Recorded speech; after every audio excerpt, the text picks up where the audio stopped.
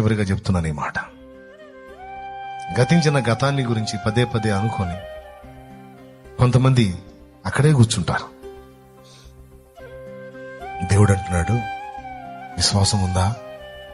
ఉందయ్యా. అట్లయితే మళ్ళా ప్రారంభించా. జారిపడ్డావా? అక్కడే కూర్చోవద్దు. పడటం తప్పు కాదు, పడ్డ చోటే ఉంటుంది తప్పు. పడటం తప్పు కాదు, అడుగు జారింది పడ్డావు, ఎటుగుడి పడ్డాను కదా ఇంక అక్కడే ఉందామని కూర్చున్నావు చూడు, అది తప్పు. ఓడిపోవటం తప్పు కాదు, ఓటమిలోనే కూర్చుండిపోయావు చూడు, మళ్ళా గెలుపు కోసం ప్రయత్నించకుండా, అది తప్పు.